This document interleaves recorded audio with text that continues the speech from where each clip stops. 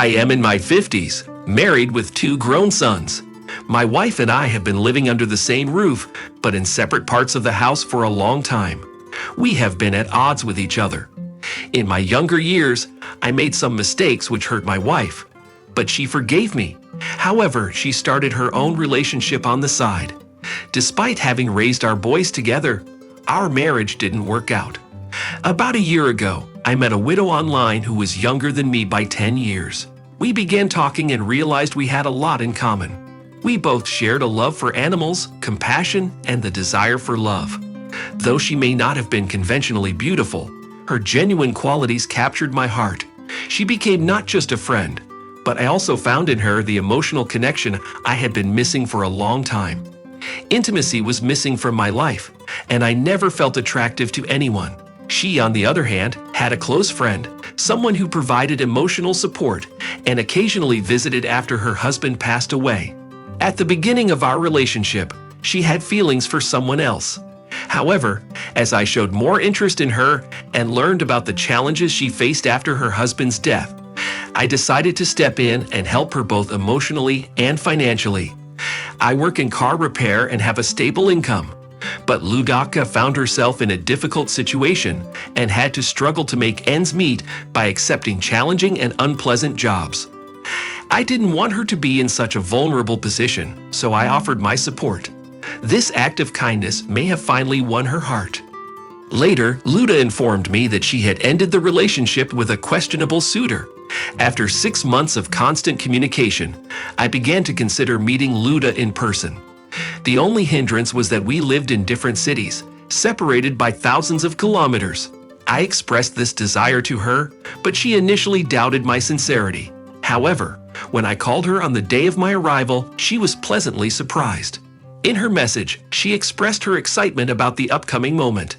Our connection had already grown deep, sharing our deepest desires, so we agreed on a date to finally meet each other.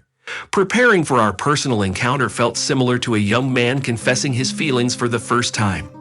I felt like I had known Ludatka for a lifetime, believing we were soulmates destined for a long and joyous life together. Traveling a long distance, I carried gifts to show my affection for someone who had touched my heart. Finally, the long-awaited moment arrived when she met me at the station. She looked just like the photo, smiling and kind. As we embraced and kissed, it felt as if I had been waiting for this my entire life. Our first night together was truly magical. It rekindled the feelings of youth and love within me, and it seemed that she felt the same way too. Luda proved to be a gracious host, continually trying to surprise me with her thoughtfulness.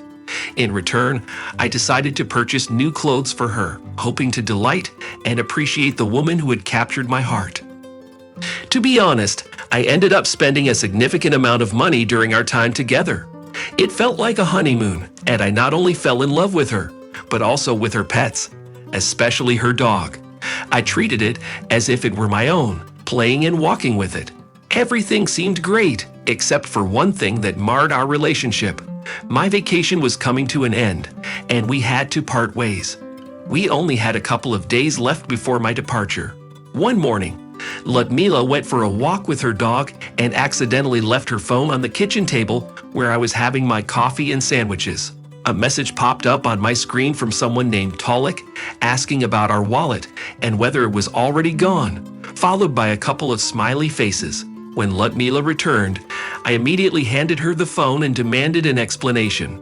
It turned out that throughout our time together, Ludmila had been in a relationship with her supposed friend of the heart, and she had no intentions of ending it. In fact, she planned to break off our relationship. However, upon hearing my mentioning of money, Ludmila decided to continue using me. It was a low blow, and I felt foolish for being taken advantage of like a naive young man, despite being a 50-year-old divorced man. Devastated by the situation, I headed straight to the airport, drowning my sorrows with alcohol and spending the night in the waiting room. In the morning, I changed my ticket, boarded the flight, and returned home, where my wife and sons welcomed me. Eventually, my wife and I reconciled, and my sons were relieved and happy that we were back together. As for Ludmila, she reached out to me later, swearing that things weren't as I thought and claiming that she had developed feelings for me and even loved me. She insisted that she had severed ties with her ex-boyfriend for good. However, I couldn't bring myself to believe her anymore.